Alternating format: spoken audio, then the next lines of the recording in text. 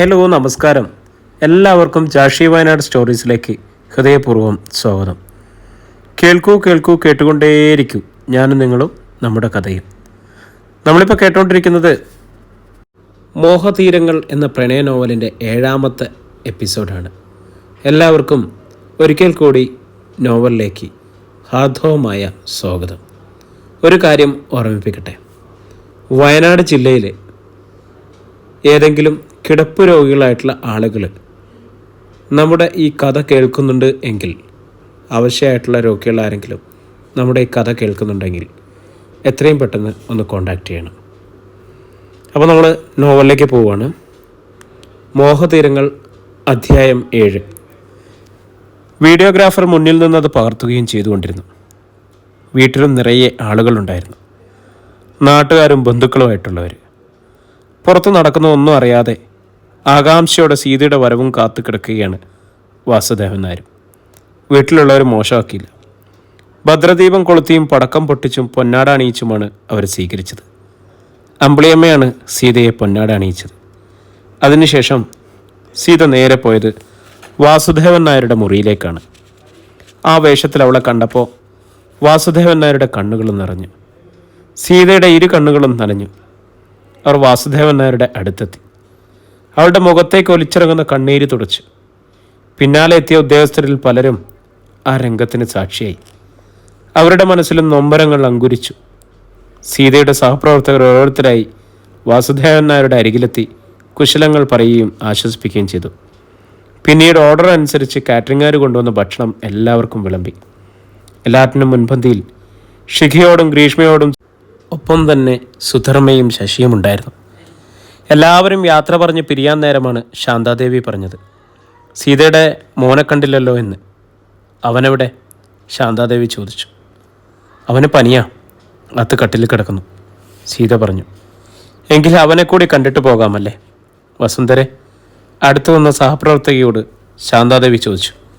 അത് നേരാ, അവരും പറഞ്ഞു. ശാന്താദേവിയോടൊപ്പം സ്ത്രീകളായി വന്ന സഹപ്രവർത്തകർ സീതയുടെ പിന്നാലെ നിതിൻ്റെ മുറിയിലേക്ക് കടന്നു. അന്നേരം ഗ്രീഷ്മ അവന് ചായ കൊടുത്തിട്ട് പിന്തിരിയുകയായിരുന്നു. അവരെ കണ്ടപ്പോൾ അവളും ചിരിച്ചുകൊണ്ട് അവിടെ നിന്നു. ഇത് സീതയുടെ മോളാ, അറിയൂലേ അല്ലേ? ഗ്രീഷ്മയെ നോക്കി ശാന്താദേവി കൂട്ടുകാരികളോടായി പറഞ്ഞു. പിന്നെ അറിയില്ലേ, കല്യാണത്തിന് വന്നപ്പോൾ കണ്ടതല്ലേ, കൂട്ടുകാരിലോടാ പറഞ്ഞു. നീ ഇപ്പോൾ ഇവിടെ തന്നെയാണോ മോളെ? കെട്ടിയവൻ വന്നില്ലേ? ശാന്താദേവിക്കെല്ലാം അറിയാം. എന്നിട്ടും ശവത്തെ കുത്തുന്ന പോലെ ഒരു ചോദ്യം. സീത അവരെ നോക്കി. ഇല്ല, മനസ്സിൽ രൂപം കൊണ്ട ദേഷ്യം പുറത്തു കാട്ടാതെ ഗ്രീഷ്മ പറഞ്ഞു. ശാന്താദേവി മുന്നോട്ട് ചെന്ന് നിതിൻ്റെ നെറ്റിയിലും കീഴ്ത്താടിയിലും കൈപ്പത്തി വെച്ച് നോക്കി. കാര്യമായ ചൂടൊന്നുമില്ലല്ലോ. ചിലപ്പോൾ ഇന്നലത്തെ സംഭവത്തിൽ ചെക്കൻ ആകപ്പാടെ പതറിപ്പോയിട്ടുണ്ടാവും. അതിൻ്റെ പേടിപ്പനിയായിരിക്കും, ശാന്താദേവി പറഞ്ഞു. ഗ്രീഷ്മ നടുങ്ങിപ്പോയി. ഒപ്പം നിതിനും. എന്താ ഇവർ പറഞ്ഞു വരുന്നത്? സംഭവം അറിഞ്ഞിട്ട് തന്നെയാണല്ലോ. ഗ്രീഷ്മയ്ക്കും വേവലാതിയായി. ശിഖയും ഗ്രീഷ്മയെ നോക്കി. എന്ത് സംഭവം ഉണ്ടായെന്നാണ് ശാന്താദേവി പറയുന്നത്? സീത ചോദിച്ചു. അപ്പോൾ സീത ഒന്നും അറിഞ്ഞില്ലേ? ഇത് നല്ല ഇടപാട്. നാട്ടുവർത്തമാനം പത്രത്തിലുണ്ടായിരുന്നല്ലോ ആ വാർത്ത, ശാന്താദേവി പറഞ്ഞു. ഗ്രീഷ്മയ്ക്ക് വിറയ്ക്കാൻ തുടങ്ങി. അതിലപ്പുറം നിതിനും. എന്തു വാർത്ത? സീത ചോദിച്ചു. കോളേജ് ക്യാമ്പസിൽ കഞ്ചാവ് വിറ്റതിന് ഇവനെയും കൂട്ടുകാരെയും പോലീസ് പിടിച്ച വാർത്ത, ശാന്താദേവി വിശദമാക്കി. സീത അമ്പരപ്പോടെ അവരെ നോക്കി. ശാന്താദേവി എന്താ പറഞ്ഞത്? എൻ്റെ മോനെ പോലീസ് പിടിച്ചെന്നോ? ഹൃദയം തകർന്ന മട്ടിൽ സീത ചോദിച്ചു. അതെ, ഞാൻ പറഞ്ഞത് നേര് തന്നെ. ആ പത്രം ഞാൻ കണ്ടതാ. അതിൽ ഇവൻ്റെയും കൂട്ടുകാരുടെയും ഫോട്ടോയും ഉണ്ട്, ശാന്താദേവി ഉറപ്പിച്ചു പറഞ്ഞു. വെട്ടിത്തിരിഞ്ഞ സീത ഗ്രീഷ്മയെ രൂക്ഷമായി നോക്കി. ഇവർ പറയുന്നത് നേരാണോ? എൻ്റെ മോനെ പോലീസ് പിടിച്ചോ? ഗ്രീഷ്മയുടെ ഇരു ചുമരുകളിലും അമർത്തിപ്പിടിച്ച് കുലുക്കിക്കൊണ്ട് സീത ചോദിച്ചു. പൊട്ടിക്കരയാനുള്ള സങ്കടം ഉള്ളിലുണ്ടെങ്കിലും ആത്മധൈര്യത്തോടെ സീതയെ ഗ്രീഷ്മ നേരിട്ടു. നേരാണ്, അവൾ പറഞ്ഞു. ഒരടി അവളുടെ കവിളത്ത് വീണതും ഒപ്പം കഴിഞ്ഞിരുന്നു. എന്നിട്ട് നീ എന്നോട് കള്ളം പറഞ്ഞു അല്ലേ? സീത നിന്ന് കിതച്ചു. തരിച്ചുപോയ കവിൾത്തടം ഗ്രീഷ്മ കൈത്തലം കൊണ്ട് അമർത്തി തടവി. കണ്ടു നിന്നവരെല്ലാം അമ്പരന്നു. അടുത്ത നിമിഷം സീത മകൻ്റെ നേരെ തിരിഞ്ഞു. അവനെ കട്ടിൽ നിന്നും വലിച്ചിഴച്ചു. പറയടാ, നീ എന്തിനിത് ചെയ്തു? ഞങ്ങളെ മാനം കെടുത്താൻ പിറന്നവനാണോ നീ? നിന്നെ ഇന്ന് ഞാൻ പറഞ്ഞുകൊണ്ട് സീത അവൻ്റെ കവളത്തും ദേഹത്തുമെല്ലാം ഇരു കൈകൾ കൂട്ടിയടിച്ചു. പെട്ടെന്ന് ഗ്രീഷ്മ അമ്മയുടെ കൈക്ക് ബലമായി പിടിച്ചു. അമ്മയും മറ്റുള്ളവരറിഞ്ഞ പോലെയല്ല കാര്യങ്ങൾ, ഗ്രീഷ്മ പറഞ്ഞു. ഇവനെയും ഇവൻ്റെ കൂട്ടുകാരെയും ഒരു തെറ്റും ചെയ്തിട്ടില്ല. അത് പോലീസുകാർക്ക് മനസ്സിലായി. അതുകൊണ്ടാണ് ഇവരെ വെറുതെ വിട്ടത്. സീത അവളെ വിഴിച്ചു നോക്കി. അതെ അമ്മേ, ഇവരുടെ കോളേജ് ചുറ്റുവട്ടത്ത് കറങ്ങി നടന്ന ഒരു തമിഴൻ ഇവരോട് ചെയ്ത ചതിയാണ്. അവൾ കാര്യങ്ങൾ കുറച്ചുകൂടി വിശദമാക്കി. എങ്ങനെ? സീത ചോദിച്ചു. അയാളെ പിടിക്കാൻ പോലീസുകാരെത്തിയപ്പോൾ അയാൾ കഞ്ചാവ് പൊതി ഒളിപ്പിക്കാൻ ശ്രമിച്ചത് ഇവരിൽ ഒരാളുടെ ബാഗിലാണ്. അത് കണ്ടെത്തിയ പോലീസുകാർ ഇവരെല്ലാം അവൻ്റെ കൂട്ടാളികളാണെന്ന് കരുതി കസ്റ്റഡിയിലെടുത്തു. ഗ്രീഷ്മ കാര്യങ്ങൾ വ്യക്തമാക്കിയപ്പോൾ സീത വിതുമ്പാൻ തുടങ്ങി. അവർ ശാന്താദേവിയുടെയും സഹപ്രവർത്തകരുടെയും നേരെ തിരിഞ്ഞു. കേട്ടില്ലേ, നിങ്ങൾ എൻ്റെ കുട്ടി തെറ്റുകാരനല്ലെന്ന്? അതെ, ഇത് സത്യമല്ലെന്ന് ശാന്താദേവിക്ക് തോന്നുന്നുണ്ടോ? സീത ശാന്താദേവിയോട് ചോദിച്ചു. ഇല്ല, പത്രത്തിൽ കണ്ടത് പറഞ്ഞു എന്നേ ഉള്ളൂ, ശാന്താദേവി ഇളിംഭ്യതയോടെ പറഞ്ഞു. സീത മകൻ്റെ നേരെ നോക്കി. എന്നിട്ട് കട്ടിൽ അവൻ്റെ അരികിൽ ചേർന്നിരുന്നിട്ട് അടക്കിപ്പിടിച്ച് സങ്കടപ്പെട്ട് കരഞ്ഞു. ദയവേത് അടുത്ത മുറിയിൽ സുഖമില്ലാതെ കിടക്കുന്ന ഞങ്ങളുടെ അച്ഛനെങ്കിലും ഈ കള്ളവാർത്ത അറിയിച്ച് നൊമ്പരപ്പെടുത്താതെ ഇരിക്കണം. ശാന്താദേവിയോടും സഹപ്രവർത്തകരോടും കൈകൂപ്പി ഗ്രീഷ്മ പറഞ്ഞു. പുരുഷ സഹപ്രവർത്തകർ വാസുദേവൻ നായരുടെ മുറിയിലിരുന്നതുകൊണ്ട് ഇവിടെ നടന്ന സംഭവങ്ങളൊന്നും അവരറിഞ്ഞില്ല. സന്ദർഭം അറിയാതെ ആ സംഭവം അവിടെ വിളമ്പിയതിൽ ശാന്താദേവിയോട് പലർക്കും അമർഷമുണ്ടായി. ശിഖയുടെയും അമ്പിളിയമ്മയുടെയും നോട്ടത്തിൽ തന്നെ അത് പ്രതിഫലിച്ചിരുന്നു. എങ്കിലും ആരും അവരോടൊന്നും പറഞ്ഞില്ല. എല്ലാവരും പോയ ശേഷമാണ് അവസാനമാണ് ശിഖയും അമ്പിളിയമ്മയും പോകാനൊരുങ്ങിയത്. എന്നാൽ ഞങ്ങളും അങ്ങോട്ടിറങ്ങട്ടെ സീതേ. തൊട്ടടുത്ത് നിന്ന് ഗ്രീഷ്മയെ തലോടിക്കൊണ്ട് അമ്പിളിയമ്മ സീതയോട് യാത്ര ചോദിച്ചു. മകൻ്റെ അരികിൽ ഇരിക്കുകയായിരുന്നു സീത. അമ്പിളിയമ്മയെ നോക്കി. ചേച്ചിയുടെ മോന് പത്രം ഓഫീസിൽ ഒരു ജോലി കിട്ടിയെന്ന് മോള് പറഞ്ഞപ്പോൾ ഞാൻ എത്ര സന്തോഷിച്ചെന്നു. എന്നാലത് ഞങ്ങളെ ദ്രോഹിക്കാനുള്ള അവൻ്റെ ആനക്കരുത്താണെന്ന് ഞങ്ങൾ അറിഞ്ഞില്ല. ഇപ്പോൾ ശാന്താദേവി പറഞ്ഞത് ചേച്ചിയും കേട്ടില്ലേ? അവൻ ജോലി ചെയ്യുന്ന പത്രത്തിലാണ് എൻ്റെ മോനെക്കുറിച്ചുള്ള അനാവശ്യ വാർത്ത വന്നതെന്ന്. അതിൻ്റെ വസ്തുനിഷ്ഠമായ കാര്യം പോലും അന്വേഷിക്കാതെയല്ലേ അവൻ വാർത്ത കൊടുത്തത്. അമ്പിളിയമ്മയും ശിഖയും മൗനം പൂണ്ടു നിന്നു. ചേച്ചി മകനോടൊന്ന് ചോദിക്കണം, ഞങ്ങളോട് ഇത്രയും ദ്രോഹം ചെയ്യേണ്ടായിരുന്നില്ലെന്ന്. ഞങ്ങളുടെ മകളെ പിടിച്ച് അവനെ ഏൽപ്പിച്ചതായിരുന്നു ഞങ്ങളുടെ തെറ്റെങ്കിൽ അത് ഞങ്ങൾ ഉടനെ തിരുത്തിയേക്കാം. എന്നാലെങ്കിലും ഞങ്ങളോടുള്ള ദ്രോഹം ഒന്ന് അവസാനിപ്പിക്കാൻ അവനോട് പറയണം. സീതയിൽ നിന്നും സങ്കടങ്ങൾ മുഴുവൻ തുള്ളിത്തുളുമ്പി. പറയാം സീതെ, ഈ ജോലി ഇന്നുകൊണ്ട് അവസാനിപ്പിക്കാൻ പറയാം. അമ്പിളിയമ്മയുടെ മുഖത്ത് മകനോടുള്ള ദേഷ്യം ആളിപ്പടർന്നു. അവനെ പെറ്റു വളർത്തിയത് ഞാനാണെങ്കിൽ അവനത് അനുസരിക്കും. ഇല്ലെങ്കിൽ അമ്മയും മോനും രണ്ട് വഴിക്ക്. തൻ്റെ മകൻ്റെ പ്രവൃത്തിയിലൂടെ പീഡിപ്പിക്കപ്പെട്ട ഒരു കുടുംബത്തിൻ്റെ വേദന തീർത്ത മനോവിക്ഷോഭത്തിൽ അമ്പിളിയമ്മ തറപ്പിച്ചു വരുന്നു. അരുതമ്മേ, അമ്മയും വാശി കെട്ടണ്ട. തൊട്ടടുത്ത് നിന്ന ഗ്രീഷ്മ പറഞ്ഞു. അതൊരു നല്ല ജോലിയാണ്, അത് കളയാൻ ആവശ്യപ്പെടരുത്. വേണം മോളെ, അവൻ ഇത്രയും അഹങ്കാരം പാടില്ല. പറഞ്ഞത് കേട്ടില്ലെങ്കിൽ പടിക്ക് പുറത്ത്, അമ്പിളിയമ്മ പറഞ്ഞു. അതിനമ്മയ്ക്ക് കഴിയുമോ? വിശാഖേട്ടനെ കാണാതിരിക്കാൻ പറ്റുമോ? ഗ്രീഷ്മ ചോദിച്ചു. പറ്റും, വാ മോളെ. ശിഖയെ വിളിച്ച ശേഷം അമ്പിളിയമ്മ കടുത്ത കോപത്താൽ വെളിയിലേക്ക് ഇറങ്ങി. ശിഖ ഗ്രീഷ്മയെ കെട്ടിപ്പിടിച്ച ശേഷം സീതയെ നോക്കി യാത്ര പറഞ്ഞ് അമ്മയുടെ പിന്നാലെ ഇറങ്ങി. തിരിച്ചുള്ള യാത്രയിലും സീതയുടെ വേദനയിൽ കുതിർന്ന വാക്കുകളായിരുന്നു അമ്പിളിയമ്മയുടെ നെഞ്ചിനുള്ളിൽ കത്തിപ്പടരുന്നത്. മകളുടെ ബന്ധം വേർപെടുത്താനാവുന്ന വേദനയിൽ കുതിർന്ന വാക്കുകളായിരുന്നു അമ്പിളിയമ്മയുടെ നെഞ്ചിനുള്ളിൽ കത്തിപ്പടരുന്നത്. മകളുടെ ബന്ധം വേർപെടുത്താനുള്ള മനസ്സാണ് ഇപ്പോൾ സീതയ്ക്കുള്ളത്. ഇതുവരെയും ആ മനസ്സിൽ അങ്ങനൊന്നുമില്ലായിരുന്നു. ഇപ്പോഴുണ്ടായതിനൊക്കെ കാരണം തൻ്റെ മകനാണ്. അവനോട് ചോദിച്ചേ പറ്റൂ, നീ എന്തിൻ്റെ പുറപ്പാടാണെന്ന്. ചെയ്ത തെറ്റിന് അവനെക്കൊണ്ട് മാപ്പ് പറയിക്കണം. മാപ്പ് പറഞ്ഞ് ഗ്രീഷ്മ മോളെ തിരിച്ചു കൊണ്ടുവരാൻ ആവശ്യപ്പെടണം. ഇല്ലെങ്കിൽ ഈ അമ്മയുമായിട്ടുള്ള സർവ്വബന്ധങ്ങളും ഉപേക്ഷിച്ച് വീട് വിട്ടുപോയിക്കൊള്ളാൻ പറയണം. അമ്പിളി അമ്മയുടെ മനസ്സിൽ കടുത്ത തീരുമാനങ്ങളിൽ വട്ടമിട്ട് പറന്നു. വൈകുന്നേരം ബൈക്ക് മുറ്റത്ത് നിർത്തുന്ന ശബ്ദം കേട്ടാണ് അമ്പിളിയമ്മ അകത്തുനിന്നും വാതുക്കലേക്ക് ധൃതിയിൽ വന്നത്. അപ്പോഴേക്കും വിശാഖ് സിറ്റൗട്ട് കടന്ന് ഹാളിലേക്ക് പ്രവേശിച്ചിരുന്നു. ഒന്ന് നിന്നേ. അമ്മയുടെ പതിവില്ലാത്ത ഉറച്ച ശബ്ദം അവനെ പിടിച്ചു നിർത്തി. മുഖത്തെ ഗൗരവഭാവം ദുസൂചന നൽകുന്നു. എന്താമ്മേ? അവൻ സ്നേഹത്തോടെ ചോദിച്ചു. ഒന്ന് തീർച്ചപ്പെടുത്തിയിട്ട് നീ അകത്തേക്ക് കയറിയാൽ മതി, എന്ത്? നിനക്ക് നിൻ്റെ അമ്മയെ വേണോ അതോ ജോലി വേണോ? അതിനിപ്പോൾ എന്താ ഉണ്ടായേ? അവൻ ചോദിച്ചു. ചോദ്യമല്ല എനിക്ക് വേണ്ടത്, മറുപടിയാണ്. അമ്പിളിയമ്മ ഗൗരവത്തിന് അയവില്ലാതെ പറഞ്ഞു. എന്ന് പറഞ്ഞാൽ രണ്ടും എനിക്ക് വേണം, അവൻ ചിരിയോടെ പറഞ്ഞു. പറ്റില്ല, എന്തെങ്കിലും ഒന്ന് മതി. ഒന്നുകിൽ ജോലി അല്ലെങ്കിൽ അമ്മ. ഇതെന്തു നിർബന്ധം? അതെ, നിർബന്ധം തന്നെ. അമ്മയെ വേണമെന്നാണെങ്കിൽ നീ ഒന്ന് രണ്ട് കാര്യങ്ങൾ കൂടി ചെയ്യണം. എന്ത്? നീ വാർത്ത കൊടുത്ത് ദ്രോഹിച്ചതിന് കാരാണിമറ്റംകാരോട് മാപ്പ് പറയണം. കൂടാതെ എൻ്റെ ഗ്രീഷ്മമോളെ തിരികെ കൊണ്ടുവരണം, അമ്പിളിയമ്മ പറഞ്ഞു. ഇത് രണ്ടും നടക്കില്ല. പറഞ്ഞിട്ട് അവൻ അകത്തേക്ക് കിടക്കാനായി ഭാവിച്ചു. കടക്കട പുറത്ത്, അമ്പിളിയമ്മ അവനെ പിടിച്ച് പുറത്തേക്ക് തള്ളി. ഇതിനൊരു തീരുമാനമുണ്ടാക്കാതെ ഒരു നിമിഷം നീ ഇവിടെ നിൽക്കണ്ട, പൊയ്ക്കോ എങ്ങോട്ടെങ്കിലും. അമ്മയുടെ ആക്രോശം അവനെ വല്ലാതെ ഉലച്ചു. ഇതുവരെയും ഇല്ലാതിരുന്നൊരു ഭാവം. അല്പനേരം അവൻ അവിടെ നിന്നിട്ട് പിന്നെ പുറത്തേക്ക് ഇറങ്ങി. ബൈക്ക് സ്റ്റാർട്ട് ചെയ്ത് ഓടിച്ചു പോയി. തന്നെ നിസാരയാക്കി ഇറങ്ങിപ്പോയ മകൻ്റെ ആ പോക്ക് അമ്പിളിയമ്മയെ വല്ലാതെ വേദനിപ്പിച്ചു. അവർ ഹാളിയിലെ സെറ്റിലേക്ക് ഊർന്നിറങ്ങി. ശരീരത്തിനും മനസ്സിലും വിറയൽ അനുഭവപ്പെട്ട ആ അമ്മ മനസ്സ് നിശബ്ദമായി തേങ്ങി. അവൻ അടുക്കില്ലേ? അമ്പിളിയമ്മ സ്വയം ചോദിച്ചു. താൻ സീതയ്ക്ക് കൊടുത്ത വാക്ക് പാലിക്കാതെ വരുമോ? അവനെ ഭീഷണിപ്പെടുത്തിയാൽ വഴങ്ങുമെന്ന് കരുതിയ താനിപ്പോൾ വെട്ടിയായിപ്പോയി. മക്കൾ വളരുകയാണ്, അവരുടെ ചിന്താഗതിയും. മാതാപിതാക്കളുടെ പരിധിയിൽ നിൽക്കണമെന്നില്ലല്ലോ. എങ്കിലും താൻ അവനെ ഇറക്കി വിട്ടു. വേണ്ടായിരുന്നു. ഇനി അവൻ വരാതിരുന്നാലോ? ഓർത്തപ്പോൾ അമ്പിളിയമ്മയുടെ ഹൃദയമെടുപ്പ് വർദ്ധിച്ചു. കണ്ണുകൾ നിറഞ്ഞു. പെട്ടെന്ന് ഫോണെടുത്ത് ഷിഖയെ വിളിച്ച് ഉണ്ടായതെല്ലാം അവളോട് പറഞ്ഞു. അമ്മ വിഷമിക്കണ്ട, അവൻ പോയിട്ട് വരും. അമ്മയെ തനിച്ചാക്കിയിട്ട് അവനങ്ങനെ പോകാൻ പറ്റുമോ? പിന്നെ അമ്മേ, രത്തേട്ടൻ വിവരങ്ങൾ അന്വേഷിച്ചു. അവൻ പറഞ്ഞത് തന്നെയാണ് ശരി. അവൻ ആ സമയത്ത് നെടുമുടിയിലായിരുന്നു. ഏതോ ലേഖനത്തിൻ്റെ ആവശ്യത്തിന് അവൻ്റെ കൂടെ ആ പെണ്ണ് നീതു ഉണ്ടായിരുന്നു. അവൾ ആ വിവരങ്ങൾ വിളിച്ചു പറഞ്ഞത്. അതുകൊണ്ട് അമ്മ അതും ഇതും പറഞ്ഞ് അവനെ ഇനി വിഷമിപ്പിക്കണ്ട.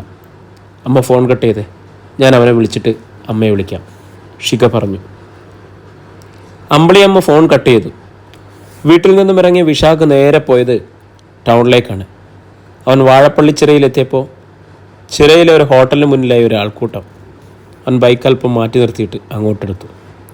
ഹോട്ടലിൽ നിന്നും പുറത്തേക്കിറങ്ങിയ കാറിലെ യാത്രക്കാരെ കാണാനുള്ള തിരക്കായിരുന്നു അവിടെ. വണ്ടി വിടാതെ സാർ, ഈ തങ്കക്കുടത്തിനെ ഒന്ന് കണ്ടോട്ടെ. കൂടെ നിർത്തിയവനെയും കൂടെ കൂട്ടിയവരെയും വഞ്ചിച്ച ഈ ഫ്ലാറ്റ് സുന്ദരിയെ. ആൾക്കൂട്ടത്തിനിടയിൽ നിന്നും വിളിച്ചു പറച്ചിലും ആരവവും ഉയർന്നു. വിശാഖ് തിക്കിത്തിരക്കി കാറിനുള്ളിലേക്ക് നോക്കി.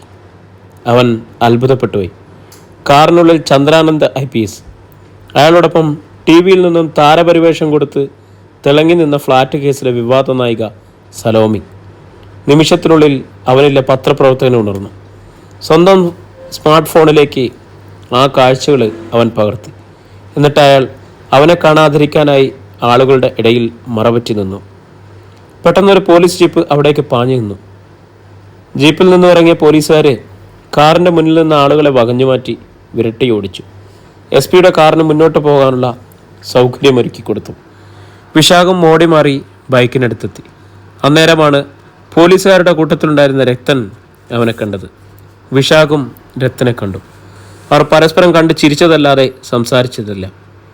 നാളത്തെ അവരുടെ പത്രത്തിൽ ഇതൊരു വാർത്തയാകുമെന്ന് രക്തൻ ഊഹിച്ചു. SP-യുടെ വാഹനം പോയി കഴിഞ്ഞപ്പോൾ പോലീസ് ജീപ്പും അവിടെ നിന്ന് നീങ്ങി. അന്നേരമാണ് വിശാഖിൻ്റെ ഫോൺ ശബ്ദിച്ചത്. അമ്മയായിരിക്കുമെന്ന് അവൻ കരുതി. പക്ഷെ എടുത്തപ്പോൾ ഷിഖയായിരുന്നു. വീട്ടിൽ നടന്ന സംഭവങ്ങളെ അവൾ ചോദ്യം ചെയ്തു. അമ്മയെ തീ തെറ്റിക്കാതെ എത്രയും വേഗം മടങ്ങിപ്പോകാനും അവൾ പറഞ്ഞു. അവൻ വരുമെന്നുള്ള വിവരം അമ്മയെ അവൾ അറിയിക്കുകയും ചെയ്തു. വിശാഖ് വീട്ടിലേക്ക് തിരിച്ചു. വാതിലും തുറന്നിട്ട് അവരെയും കാത്ത് സ്വീകരണ മുറിയിലെ സിറ്റിയിൽ തന്നെ ഇരിപ്പായിരുന്നു അമ്പിളിയമ്മ. ബൈക്കിൻ്റെ ശബ്ദം കേട്ടപ്പോൾ അവർ ചാടി എഴുന്നേറ്റു. അവൻ അകത്ത് കടന്നതും അവനെ കെട്ടിപ്പിടിച്ച് ഒരു ഉമ്മ കൊടുത്തു. ദേഷ്യം വന്നപ്പോൾ എന്തേലും പറഞ്ഞോന്ന് വെച്ച് ഇറങ്ങിപ്പോവാണോ വേണ്ടത്? സ്നേഹശകാരം പോലെ അമ്പിളിയമ്മ പറഞ്ഞു. അതിന് ഞാൻ പിണങ്ങിപ്പോയെന്ന് ആര് പറഞ്ഞു? എനിക്ക് ടൗണിൽ പോയി ഒരാളെ കാണാനുണ്ടായിരുന്നു, അതിനുവേണ്ടി പോയതാ, അവൻ ചെറുചിരിയോടെ പറഞ്ഞു. എങ്കിൽ മോൻ പോയി കുളിച്ച് ഡ്രസ്സ് മാറി വാ, അമ്മ കഴിക്കാനുള്ളത് എടുത്ത് വെക്കാം. അമ്പിളിയമ്മ അടുക്കളയിലേക്ക് പോയി. വിശാഖ് അവൻ്റെ മുറിയിലേക്ക് പ്രവേശിച്ചു. കുളി കഴിഞ്ഞ് ഡ്രസ്സ് മാറിയ ശേഷം ചാരു കസേരയിലേക്ക് കിടന്നു. എന്നിട്ട് ഫോണെടുത്ത് അരുണയെ വിളിച്ചു. ഹലോ അരുണ. ഹലോ, എനിക്കിന്നൊരു സംഭവം വീണ് കിട്ടിയിട്ടുണ്ട്. ആഹാ, ആ ഫ്ലാറ്റ് കേസ് സലോമി അറിയൂലേ? പിന്നെ എന്താ ഇപ്പോൾ പ്രശ്നം? അരുണ ചോദിച്ചു. അവരെന്ന് ഞാൻ കണ്ടുകൂട്ടി, അതും ഉന്നതനായ ഒരു പോലീസ് ഉദ്യോഗസ്ഥൻ്റെ കൂടെ, വാഴപ്പള്ളിച്ചിറയിൽ വെച്ച്. നാട്ടുകാർ വട്ടം കൂടിയപ്പോഴാണ് ഞാൻ കണ്ടത്. വേണമെങ്കിൽ നമുക്കൊരു വാർത്തയാക്കാം, അവൻ പറഞ്ഞു. അത് വാർത്തയാണ്, അതും ഒരു ഉന്നത പോലീസ് ഉദ്യോഗസ്ഥൻ്റെ കൂടെ കണ്ട സ്ഥിതിക്ക്, അവൾ പറഞ്ഞു. എങ്കിൽ അവളെക്കുറിച്ചുള്ള മുൻകാല ഡീറ്റെയിൽസ് ഒന്ന് കളക്ട് ചെയ്ത് വെച്ചേക്കും, അവൻ പറഞ്ഞു. അവരുടെ ഫോൺ കട്ടായി. പിറ്റേന്ന് ഉച്ചയോടെ ആ വാർത്തയുമായി വർത്തമാന പത്രം പുറത്തിറങ്ങി. വിവാദ നായികയുടെ ഉല്ലാസയാത്ര, അതും ഉയർന്ന പോലീസ് ഉദ്യോഗസ്ഥൻ്റെ കൂടെ. പ്രധാന ഹെഡിങ്: നാട്ടുകാർ ബഹളം വെച്ചു, പോലീസുകാരെത്തി സംരക്ഷിച്ചു എന്ന് സബ് ടൈറ്റിലും തുടർന്ന് സ്റ്റോറിയും. അതിൻ്റെ പര്യവസാനം ഇങ്ങനെ: 2 വർഷത്തിന് ശേഷം ഗൾഫിൽ നിന്നും സലോമിയെ അയാൾ നാട്ടിലേക്ക് അയച്ചു. മാനേജരായ സലോമിയെ കേരളത്തിലെ മുഴുവൻ ബിസിനസ് കാര്യങ്ങളുടെയും ചുമതല അയാളെ ഏൽപ്പിച്ചു. അത്രയ്ക്ക് വിശ്വാസമായിരുന്നു അയാൾക്ക് അവളെ. പക്ഷെ നാട്ടിലെത്തിയ അവൾ കുതന്ത്രശാലിയായ ബിസിനസ്സുകാരിയായി മാറി. അയാളുടെ നാട്ടിലെ സ്വത്തുക്കൾ അവളുടെ പേരിലാക്കി. അതിനുവേണ്ടി അവൾ ചെയ്തത്, നാട്ടിലെ നഗരസഭയിലെ മരണ രജിസ്റ്ററിൽ അയാളുടെ പേര് ചേർത്ത് കൃത്രിമ രേഖ അടയാളപ്പെടുത്തി. എന്നിട്ട് മരണ സർട്ടിഫിക്കറ്റ് കരസ്ഥമാക്കി. അങ്ങനെ ഗൾഫിൽ ജീവിച്ചിരിക്കെ നാട്ടിൽ അയാളെ കൊന്നു. അവകാശ രേഖകൾക്കിനി അയാളില്ല, അവൾ മാത്രം. അയാളുടെ ഭാര്യ എന്ന ലേബലിൽ ഒക്കത്തിനും കൂട്ടുനിന്നത് കരപ്രമാണിയും മുൻ മുനിസിപ്പൽ ചെയർമാനും. ബോസിൻ്റെ ഫ്ലാറ്റ് സമുച്ചയം ഓരോന്നായി വിറ്റ അവൾ ബോസിനെ ധരിപ്പിച്ചത് എല്ലാം വാടകയ്ക്കെന്നായിരുന്നു. എന്നാൽ വാടക കുടിശ്ശികയിൽ സംശയം തോന്നി ബോസ് രംഗത്ത് വന്നതോടെ സത്യം വെളിച്ചത്തായി. ഉപഭോക്താക്കൾ പരാതി കൊടുത്തു. സലോമി കുടുങ്ങി. പോലീസ് കസ്റ്റഡിയിലും പിന്നെ ജയിലിലുമായി. ഇപ്പോഴിതാ പുതിയ ചങ്ങാത്തവുമായി എത്തിയത് ജില്ലാ പോലീസ് മേധാവിയുടെ അരികിലും. ഇവരും തമ്മിലുള്ള ബന്ധം എന്താണ്? അതാണ് നാട്ടുകാർക്കറിയേണ്ടത്. അവിടം കൊണ്ട് ആ വാർത്ത തീർന്നു. പത്രം പട്ടണങ്ങളും ഗ്രാമങ്ങളും കവലകളിലും ചൂടപ്പം പോലെ വിറ്റു തീർന്നു. ബസ് സ്റ്റാൻഡിലെ വാർത്തയുടെ തലക്കെട്ട് വിളിച്ചു പറഞ്ഞുകൊണ്ടാണ് വിതരണക്കാർ പത്രം വിറ്റത്. SP-യുടെ മേശപ്പുറത്തും ഒരു കോപ്പി വന്നു. വിവരമറിഞ്ഞ് അയാൾ രഹസ്യമായി വരുത്തിയതാണ്. വാർത്ത വായിച്ച ചന്ദ്രാനന്ദൻ്റെ മുഖത്ത് കോപം ഇരച്ചു കയറി. നാട്ടുവർത്തമാനം, അയാൾ പറഞ്ഞുകൊണ്ട് മുഷ്ടി ചുരുട്ടി. തൻ്റെ സ്വകാര്യതയെ കടന്നാക്രമിച്ച് പൊതുസമൂഹത്തിൻ്റെ മുന്നിൽ എറിഞ്ഞു കൊടുത്തിരിക്കുന്നു.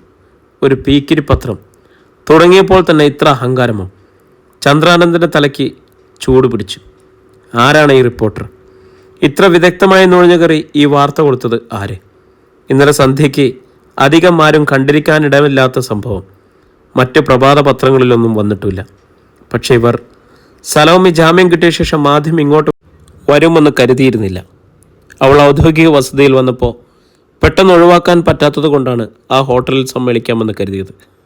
അതുവഴി അവളെ പാക്കപ്പ് ചെയ്യാമെന്ന് മനസ്സിൽ കണക്കുകൂട്ടി. അത് പാഴ്വേലയായി. സലോമി നന്ദിയുള്ളവനാണ്.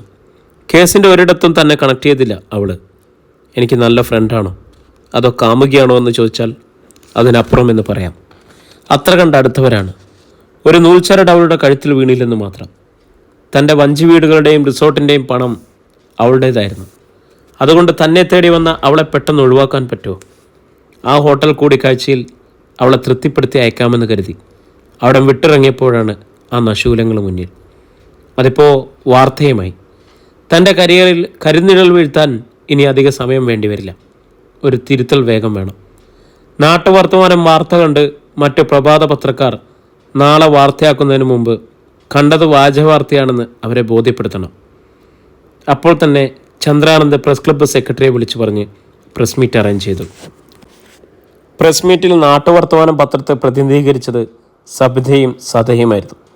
പ്രസ് മീറ്റിന് ശേഷം സബിതയും സദയും ഓഫീസിലെത്തുമ്പോൾ അരുണയുടെ ക്യാബിനുകളിൽ വിശാഖമുണ്ടായിരുന്നു. സബിതയും അവരോടൊപ്പം അകത്തേക്ക് കടന്നിരുന്നു. സഹർത്തു SP-യുടെ ഗിരിപ്രഭാഷണം ഉഗ്രൻ. സബിത ചിരിച്ചുകൊണ്ട് തുടക്കമിട്ടു. അരുണയും വിശാഖും വാർത്ത അറിയാനുള്ള ഉത്സാഹത്തിൽ അവളെ നോക്കി. കാറിലുണ്ടായിരുന്നത് കസിൻ സിസ്റ്റർ ആയിരുന്നെന്നും സലോമി എന്ന് തെറ്റിദ്ധരിക്കപ്പെട്ടതാണെന്നും സലോമിയുമായി യാതൊരു ബന്ധവുമില്ലെന്നും അയാൾ പറഞ്ഞു. SP-യെ സമൂഹത്തിൽ കരിവാരിത്തേക്കാൻ ആരോ മനഃപൂർവ്വം കെട്ടിച്ചമച്ചതാണെന്നും കൂടുതൽ ബോധ്യപ്പെടണമെങ്കിൽ അപ്പോഴവിടെ ജീപ്പിൽ വന്ന പോലീസുകാരോട് അന്വേഷിക്കാമെന്നും അയാളെ പറഞ്ഞു. ശുദ്ധ നുണ. അയാൾക്കിപ്പോൾ ഊരാക്കുടുക്കിൽ നിന്നും രക്ഷപ്പെടണം. അതിനുള്ള തന്ത്രമാണ് ഈ പ്രസ്താവന. ടി വിയിൽ നിരവധി തവണ കണ്ടിട്ടുള്ള സലോമിയെ നാട്ടിൻപുറത്തെ ഏതൊരു കൊച്ചിനും തിരിച്ചറിയാം. അതുകൊണ്ടല്ലേ ചുമട്ടുതൊഴിലാളികളായ ആളുകൾ അവളെ പെട്ടെന്ന് തിരിച്ചറിഞ്ഞത്. വിശാഖ് വിയോജിപ്പ് പറഞ്ഞു. ആ, എല്ലാം കഴിഞ്ഞപ്പോൾ നാട്ടുവർത്തമാനത്തിൻ്റെ ആളെ തേടിപ്പിടിച്ച് എൻ്റെ അരികിൽ വന്ന് ഒരു തിരുത്തൽ കൊടുക്കണമെന്ന് ആവശ്യപ്പെട്ടു.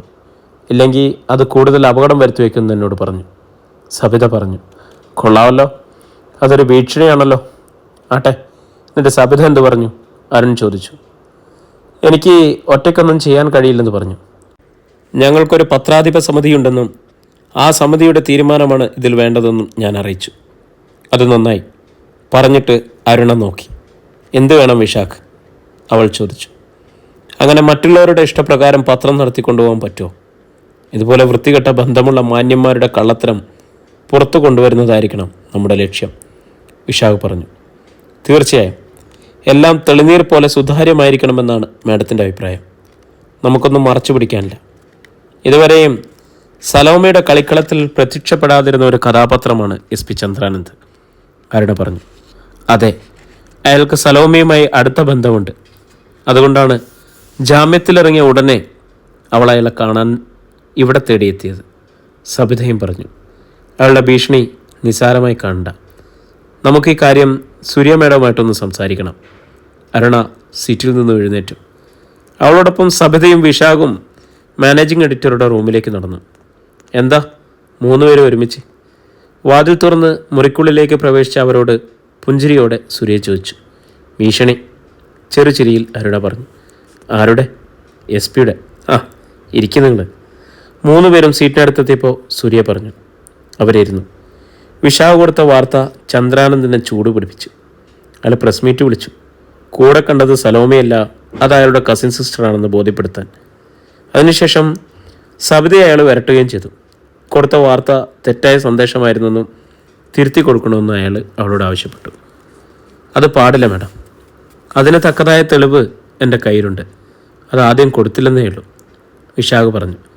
എന്നിട്ട് അവൻ്റെ സ്മാർട്ട് ഫോണിലെ ഫോട്ടോ ഗാലറിയിൽ നിന്നെടുത്ത ചിത്രമെടുത്ത് സൂര്യയെ കാണിച്ചു. ഇത് കണ്ടാൽ സലോമയല്ലെന്ന് ആരെങ്കിലും പറയുമോ? സൂര്യ ആ ഫോട്ടോയിലേക്ക് സൂക്ഷിച്ചു നോക്കി. ഇയാളാണോ SP? ഇതവനാണ്, ആ ചതിയൻ നന്ദകുമാർ. വിടില്ല അവലെ ഞാൻ. അവളുടെ ശരീരം വലിഞ്ഞു മുറുകി. ഇവനെങ്ങനെ IPS നേടി? അതോ മറ്റൊരു പേരിൽ? അതോ ഞങ്ങളുടെ മുന്നിൽ അവതരിപ്പിച്ച പേര് വ്യാജം? കേരളത്തിൽ വന്ന് വീണ്ടും പത്രപ്രവർത്തനം പുനരാരംഭിക്കുമ്പോൾ ഒരു ലക്ഷ്യമുണ്ടായിരുന്നു. അതിവനായിരുന്നു. പണവും സ്വാധീനവും ഉപയോഗിച്ച് ഇവൻ മറച്ചുവെച്ചൊരു വലിയ സത്യം വെളിയിൽ കൊണ്ടുവരണമെന്ന് ചേച്ചിക്കും തനിക്ക് നിർബന്ധമുണ്ടായിരുന്നു.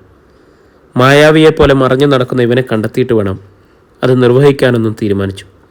എന്നാൽ അവൻ ദൂരത്തല്ലെന്ന് ഇപ്പോൾ മനസ്സിലായി. തൊട്ടടുത്ത് തന്നെ, കയ്യെത്തും ദൂരത്ത്, പുതിയ അവതാരത്തിൽ, പുതിയ വേഷത്തിൽ. അപ്പോൾ സൂര്യയുടെ മേശപ്പുറത്തുനിന്ന ഇൻ്റർകോം ശബ്ദിച്ചു. ഫ്രണ്ട് ഓഫീസിൽ നിന്നാണ്. എന്താ അഞ്ചു? ഫോൺ റിസീവർ എടുത്ത് ചെവിയിൽ ചേർത്ത ശേഷം സൂര്യ ചോദിച്ചു. മാഡം, SP സാറ് മാഡത്തിനെ കാണാൻ വന്നിട്ടുണ്ട്, അഞ്ചു പറഞ്ഞു. സൂര്യ ഒന്ന് ഞെട്ടിയെങ്കിലും പിന്നിലെ അവളുടെ ചുണ്ടിൽ ഒരു ചെറിയ പുഞ്ചിരി പൊട്ടിവിടുന്നു. ഈ സമാഗമം ഒട്ടും പ്രതീക്ഷിച്ചതല്ല. തിരയണ്ട, എല്ലാം വന്നു ചേരുകയാണ്. ഞാനൊരു മീറ്റിങ്ങിലാണ്, അല്പം വെയിറ്റ് ചെയ്യാൻ പറയും, സൂര്യ അഞ്ചുവിനെ അറിയിച്ചു. തൻ്റെ ഓഫീസിൽ വന്ന് അവൻ പെട്ടെന്നങ്ങ് ഇടിച്ചു കയറേണ്ട. അവൻ്റെ അധികാരദണ്ഡിൻ്റെ ഫലം തൻ്റെ അടുത്ത് വേണ്ട. അല്പം അവിടെ ഇരിക്കട്ടെ. അവളുടെ കണ്ണുകളിൽ തീക്ഷ്ണമായ പ്രതികാരത്തിൻ്റെ തിളക്കം മിന്നിത്തിളങ്ങി. അയാൾ വന്നിരിക്കുന്നു, നമ്മുടെ എതിരാളി SP ചന്ദ്രാനന്ദ്. സൂര്യ മുന്നിലിരിക്കുന്ന അരുണയോടും വിശാഖിനോടും സബിതയോടുമായി പറഞ്ഞു. അയാൾക്ക് വെപ്രാളമായി. സബിത ചിരിച്ചുകൊണ്ട് പറഞ്ഞു. ഭീഷണി കൊണ്ട് കാര്യമില്ലെന്ന് തോന്നിക്കാണും. കൂടുതൽ കുഴപ്പമുണ്ടാകുന്നതിന് മുമ്പ് മാഡത്തിനെ കണ്ട് മാപ്പരുന്ന് പ്രശ്നം സോൾവ് ചെയ്യാനുള്ള വരവാണിത്, അരുണയും പറഞ്ഞു. അനുവദിക്കരുത് മാഡം, അനുവദിക്കരുത്. അയാളുടെ ഒളിച്ചുകളി അവസാനിപ്പിക്കാൻ ആ ചിത്രം സഹിതം നാളെ ഫോളോ അപ്പ് കൊടുക്കണം, വിശാഖ് ശക്തമായി പറഞ്ഞു. അത് ഉൾക്കൊണ്ട പോലെ സൂര്യ തലയിളക്കി. എന്തായാലും നമ്മുടെ പത്രത്തിന് ചുരുങ്ങിയ സമയം കൊണ്ട് ഒന്ന് വിറപ്പിക്കാൻ കഴിഞ്ഞല്ലോ, ഒരു ഫലിതം പോലെ സബിത പറഞ്ഞു. അവൾ പറഞ്ഞതിൻ്റെ രസമോർത്ത് അരുണ പുഞ്ചിരിച്ചു. ഒരു കാര്യം ചെയ്യ്, നിങ്ങൾ അവരവരുടെ സീറ്റിൽ പോയിരിക്കും. അയാൾ വരുമ്പോൾ നിങ്ങളെവിടെ കാണണ്ട. അയാൾക്ക് എന്നോട് നേരിട്ട് എന്താ പറയാനുള്ളതെന്ന് കേൾക്കാമല്ലോ, സൂര്യ അവരോട് പറഞ്ഞു. അവൾ തന്ത്രപൂർവ്വം അവരെ ഒഴിവാക്കിയതാണ്. അയാളും അവളുമായിട്ടുള്ള പരിചയം തൽക്കാലം ഇവരറിയേണ്ടെന്ന് അവൾ കരുതി. ശരി മാഡം. അരുണ എഴുന്നേറ്റു. ഒപ്പം വിശാഖും സബിതയും. അവർ അവരുടെ ഇരിപ്പിടങ്ങളിലെത്താനുള്ള സമയം കഴിഞ്ഞപ്പോൾ അയാളെ അകത്തേക്ക് കടത്തിവിടാൻ അഞ്ജുവിനെ സൂര്യ അറിയിച്ചു. മറ്റാരെയും കൂടുതൽ ശ്രദ്ധിക്കാതെ അഞ്ച് ചൂണ്ടിക്കാണിച്ചു കൊടുത്ത ഭാഗത്തുകൂടി മാനേജിംഗ് എഡിറ്ററുടെ ക്യാബിനിലേക്ക് SP നടന്നെടുത്തു. ചന്ദ്രാനന്ദ് ക്യാബിനിൻ്റെ വാതിൽ തള്ളി തുറന്നു. അകത്തു കടന്ന നിമിഷം അയാൾ ഞെട്ടി. സൂര്യ. അവൻ്റെ ചുണ്ടുകൾ ഞരങ്ങി. സൂര്യ അവൻ്റെ പതറിയ നോട്ടം കണ്ടു. എന്താ SP സാർ, എന്നെ ഇവിടെ തീരെ പ്രതീക്ഷിച്ചില്ല അല്ലേ? അവളെ ചോദിച്ചു. അവൻ്റെ മുഖം വിളറി. ചമ്മൽ നിറഞ്ഞ ആ മുഖത്ത് ഒരു വികൃതഭാവം നൽകി. വരൂ, ഇരിക്കി. ഔദ്യോഗിക വേഷത്തിൽ വന്ന അവനെ ഉപചാരപൂർവ്വം അവൾ ക്ഷണിച്ചു. മനസ്സൊന്ന് തളർന്നെങ്കിലും അവൻ ധൈര്യം വീണ്ടെടുത്തു. ചിരിയിൽ കൃത്രിമം വരുത്തി പുഞ്ചിരിച്ചുകൊണ്ട് മുന്നോട്ട് നടന്ന് അവൾക്ക് മുന്നിലായുള്ള കസരയിലിരുന്നു. സൂര്യ എവിടെ? അവൻ ചോദിച്ചു. അവൾ ചിരിച്ചുകൊണ്ട് പറഞ്ഞു, ഇതെൻ്റെ സ്ഥാപനമല്ലേ. വ്യക്തത കിട്ടാത്തതുപോലെ അവൻ അവളെ നോക്കി. സംശയിക്കണ്ട, ഇതെൻ്റെ ഉടമസ്ഥതയിലുള്ള സ്ഥാപനം തന്നെ. അറിയില്ലായിരുന്നു, അവൻ പറഞ്ഞു. ഇവിടെ ഇങ്ങനെ ഒരു സ്ഥാപനമുള്ളത് പലർക്കും അറിയില്ലായിരുന്നു. ഇപ്പോഴറിയാം. മുമ്പിത് അമേരിക്കൻ മലയാളികൾക്ക് വേണ്ടിയുള്ള ഒരു അമേരിക്കൻ പ്രസിദ്ധീകരണമായിരുന്നു. ഞങ്ങളുടെ ചാച്ചൻ തുടങ്ങി വെച്ചത്. അതായത് 35 വർഷങ്ങൾക്ക് മുമ്പ് അതിടയ്ക്ക് നിന്നു പോയിരുന്നു. ഞങ്ങൾ മക്കൾ അതിനെ പൊടി തട്ടിയെടുത്തു. ഇപ്പോൾ ഇവിടേക്കായി ഒരു പുതിയ പ്രസിദ്ധീകരണം തുടങ്ങി. അവളുടെ മുനവെച്ച വാക്കുകൾ അവൻ്റെ മുന്നിൽ തെറിച്ചു വീണു. കണ്ടു, അവൻ പറഞ്ഞു. ഇവിടെ ഗുരുമുഖത്തു നിന്നാണ് കളി, അവൻ്റെ മനസ്സ് പറഞ്ഞു. ഇവൾ അറിഞ്ഞുകൊണ്ടാണല്ല. പ്രതികാരത്തിന് ഇവൾ തയ്യാറായിരിക്കുന്നു. തൻ്റെ പദവിയെ ഭയപ്പെടുന്നുണ്ടാവും. അതിന് തന്നെ അപമാനപ്പെടുത്തി സർവീസിൽ നിന്നും പുറത്തിയടിക്കണം. അതാണ് ഇപ്പോഴത്തെ ഇവളുടെ നീക്കം. എന്താ ആലോചിക്കുന്നത്? സൂര്യ ചോദിച്ചു. ഏയ് ഒന്നുമില്ല. സൂര്യയെ കണ്ടിട്ട് ഒത്തിരി നാളായില്ലേ, അതിൻ്റെ ഒരു മനസ്സിലായി. ആട്ടെ, സാറിപ്പോൾ ഇങ്ങോട്ട് വന്നത്? അവൾ ചോദിച്ചു. അത് ഗൗരവമുള്ളൊരു വിഷയം സംസാരിക്കാനാണ്, SP പറഞ്ഞു. അവളവനെ ചോദിച്ചു നോക്കി. എന്ത് വിഷയം? അത് സൂര്യയുടെ പത്രത്തിൽ ഇന്ന് വന്ന വാർത്ത എന്നെ പരാമർശിക്കുന്നതാണ്. ഏത് വാർത്ത? ആ സലോമിയും എന്നെയും ചേർത്ത്. ഓ അതോ? ആ, ചോദിച്ചോട്ടെ. ഈ പേര് തന്നെയായിരുന്നു നേരത്തെ ഉണ്ടായിരുന്നത്? അവളുടെ അന്വേഷണത്തിൻ്റെ കാര്യം മനസ്സിലായി. ഇതാണ് റെക്കോർഡിക്കൽ, ഞാൻ പറഞ്ഞു. എനിക്ക് നന്ദകുമാർ എന്ന് കേൾക്കാനാണ് ഇഷ്ടം. അവളുടെ കണ്ണുകളിൽ കൗശലം വിടുന്നു. സൂര്യ, പത്രത്തിൽ പറഞ്ഞിരിക്കുന്നതിൽ ഒരു വാസ്തവമില്ല. അതിനൊരു തിരുത്തു കൊടുക്കണം, SP ചന്ദ്രാനന്ദ് ആവശ്യപ്പെട്ടു. അതെങ്ങനെ? സലോമിയെ സാറിൻ്റെ കൂട്ടത്തിൽ ആൾക്കാർ കണ്ടതല്ലേ? ഇല്ല, എൻ്റെ കൂടെ ഉണ്ടായിരുന്നത് എൻ്റെ കസിൻ സിസ്റ്ററാണ്. അങ്ങനെ തെളിയിക്കാൻ സാറിൻ്റെ കയ്യിൽ എന്താണ് തെളിവ്? അവൾ ചോദിച്ചു. തെളിവോ? അതെ, സലോമി സാറിൻ്റെ കൂട്ടത്തിൽ ഉണ്ടായിരുന്നതിന് വിഷ്വൽ തെളിവ് ഞങ്ങളുടെ കയ്യിലുണ്ട്. നിങ്ങൾ കാറിൽ ഒന്നിച്ചിരിക്കുന്ന ചിത്രം പോരെ? സൂര്യ പറഞ്ഞു. അവൻ ഞെട്ടി. സൂര്യ, പ്ലീസ് അപമാനിക്കരുത്. ഇതെൻ്റെ കരിയറിനെ ബാധിക്കും. അവളുമായിട്ട് എനിക്ക് യാതൊരു ബന്ധവുമില്ല, വെറും പരിചയം മാത്രം, അവൻ അപേക്ഷിച്ചു. അങ്ങനെ പറഞ്ഞാൽ പറ്റുമോ? ഞങ്ങൾ കൊടുത്തുപോയില്ലേ? ഇനി അതിൻ്റെ തുടർച്ച അറിയാൻ ജനങ്ങൾക്ക് ആകാംക്ഷയാണല്ലേ? അവൾ ചോദിച്ചു. പ്ലീസ് സൂര്യ, അങ്ങനെ ചെയ്യരുത്. ആ ചിത്രം പ്രസിദ്ധീകരിക്കരുത്. എന്നോടുള്ള പ്രതികാരം ഇങ്ങനെ തീർക്കരുത്. നിങ്ങളോട് ഞാനൊരു തെറ്റും ചെയ്തിട്ടില്ല. നിങ്ങൾ എന്നെ തെറ്റിദ്ധരിച്ചിരിക്കുകയാണ്, അയാൾ പറഞ്ഞു. എന്ത് തെറ്റിദ്ധരിച്ചെന്ന്? അതിന് നമ്മൾ തമ്മിൽ എന്തെങ്കിലും പ്രശ്നമുണ്ടോ? അവൾ ഗൂഢാർത്ഥത്തിൽ ചോദിച്ചു. ഉണ്ടെന്ന് ഞാൻ വിചാരിക്കുന്നു. ഒരിക്കലും നീ എന്നോട് അത് ചോദിച്ചില്ലായിരുന്നു. പക്ഷെ ഇന്ന് ഞാൻ പറയുന്നു, ഞാൻ അതിൽ പങ്കാളിയല്ല, അയാൾ പറഞ്ഞു. നോ, അവൾ കൈപ്പത്തി ഉയർത്തി തടസ്സപ്പെടുത്തി. അപ്പോൾ അവളുടെ മുഖം ഗൗരവം മാറുന്നിരുന്നു. എനിക്കിപ്പോൾ അതിൻ്റെ വിശദീകരണം ആവശ്യമില്ല. എന്നാൽ മറ്റൊന്നറിഞ്ഞാൽ കൊള്ളാവുന്നുണ്ട്, അവൾ പറഞ്ഞു. എന്ത്? അയാൾ അവളെ നോക്കി. വളരെ പ്രശസ്തമായ രീതിയിൽ നടന്നുകൊണ്ടിരുന്ന എൻ്റെ ചേച്ചിയുടെ ആനിമേഷൻ മൂവി സെൻറ്ററിൻ്റെ അവകാശം നിങ്ങൾക്കെങ്ങനെ കിട്ടി? അത് ഞാൻ വിലയ്ക്ക് വാങ്ങി, അയാൾ പറഞ്ഞു. അല്ല, നിങ്ങളും നിങ്ങളുടെ കാമുകിയും കൂടി കളിച്ച നാടകം അത് തട്ടിയെടുത്തു. അതാണ് ശരി. ഇല്ല സൂര്യ, ഞാൻ പറയുന്നത് സത്യമായിരുന്നു. നിൻ്റെ ചേച്ചിക്ക് പണത്തിന് ബുദ്ധിമുട്ട് വന്നപ്പോൾ അത് വിൽക്കുവാൻ തയ്യാറായിരുന്നു. അന്നേരം എന്നോട് ചോദിച്ചു. അത് മറ്റു വിധേനെ അവൾക്ക് ശരിയാക്കി കൊടുത്തു. അയാൾ നിഷ്കളങ്കത ഭാവിച്ചു. അത് ഞാൻ തെളിയിച്ചോളാം. പിന്നെ സാറ് വന്ന കാര്യം, അത് ഞങ്ങളുടെ പത്രാധിപ സമിതിയുമായിട്ട് ആലോചിക്കട്ടെ, എന്നിട്ട് വേണ്ടത് ചെയ്യാം, അവൾ പറഞ്ഞു. ചന്ദ്രാനന്ദ് എഴുന്നേറ്റ് പുറത്തേക്ക് നടന്നു. അയാൾ ക്യാബിൻ കടന്നപ്പോൾ തന്നെ അവൾ ചേച്ചിയെ വീഡിയോ കോൾ ചെയ്തു. ചേച്ചി, ഞാനിന്ന് അയാളെ നേരിൽ കണ്ടു. അയാൾ നമ്മുടെ ഓഫീസിൽ വന്നിരുന്നു, സൂര്യ പറഞ്ഞു. ആരെ? ചേച്ചി ചോദിച്ചു. നമ്മൾ തേടുന്ന ആളിനെ, നന്ദകുമാറിനെ. എന്തിന്? അവളുടെ ചേച്ചിയുടെ മുഖം ഇരുണ്ടുകൂടി. എന്തിനാണ് അയാൾ വന്നത്? അതല്ല ചേച്ചി രസം. അയാൾ അറിഞ്ഞുകൊണ്ട് വന്നതല്ല. പിന്നെ അയാളെ പരാമർശിക്കുന്ന ഒരു വാർത്ത നമ്മുടെ പുതിയ ആൺമുഖം കൈകാര്യം ചെയ്തിരുന്നു. അതിപ്പോൾ അയാൾക്ക് പ്രശ്നമായി. അതിനൊരു തിരുത്ത് വേണമെന്ന് ആവശ്യപ്പെട്ടാണ് വന്നത്, സൂര്യ പറഞ്ഞു. എന്തായിരുന്നു ആ വാർത്ത? അതിൻ്റെ PDF എനിക്ക് അയച്ചിരുന്നോ? ഞാൻ കണ്ടില്ല. അയച്ചു ചേച്ചി. ആ ഫ്ലാറ്റ് കേസ് പ്രതിയില്ലേ, സലോമി, അവളായിരുന്നു വാർത്ത. സൂര്യ അത് പറഞ്ഞതും അവളുടെ ചേച്ചിയുടെ ഭാവം ദേഷ്യം കൊണ്ട് ചുരമാന്തി ഇരച്ചു കയറുന്നത് അവൾ കണ്ടു. അവൾ അകത്തല്ലേ? അല്ല, അവൾ പുറത്തിയാടി. ചേച്ചിക്ക് അവളെ അറിയുമോ? അറിയുമെന്നോ? അവളെ മാത്രമേ അറിയൂ.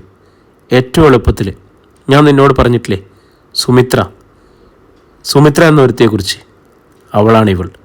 എങ്കിൽ നമ്മുടെ ടൈലിക്കണിയിലാണ് അവളും ഇവനും രണ്ടുപേരും ഒരു ഹോട്ടലിന് മുന്നിൽ വെച്ച് കാറിൽ ഒരുമിച്ച് കണ്ടതാണ് വാർത്ത. നന്നായി. ചേച്ചിയുടെ മുഖത്ത് സന്തോഷം പടർന്നു. പിന്നെ മറ്റേ പുള്ളി, ആ നന്ദകുമാർ, ഇപ്പോൾ വലിയ പുലിയാണ് കേട്ടോ. IPS പുലി. DSP ചന്ദ്രാനന്ദ്, പുതിയ പേര്. അതുകൊണ്ടൊന്നും നമ്മൾ വിരലണ്ട, ചേച്ചി പറഞ്ഞു. ഏയ്, വിരളുകയോ? അയാളെ നമ്മൾ വിരട്ടി വിട്ടിരിക്കുക. പുലിയെപ്പോലെയല്ലേ ഇങ്ങോട്ട് വന്നത്. പക്ഷേ ഇവിടെ നിന്നും എന്നെ കണ്ട നിമിഷം എലിയെപ്പോലെ കൂനിക്കൂടിപ്പോയി. സൂര്യ ചിരിച്ചു, ഒപ്പം ചേച്ചിയും. ഇനിയിപ്പോൾ നമ്മുടെ പദ്ധതി തുടങ്ങാം അല്ലേ സൂര്യ? പ്രിയമുള്ളവരെ, നമ്മുടെ നോവൽ ഇവിടെ തുടരുകയാണ് കേട്ടോ.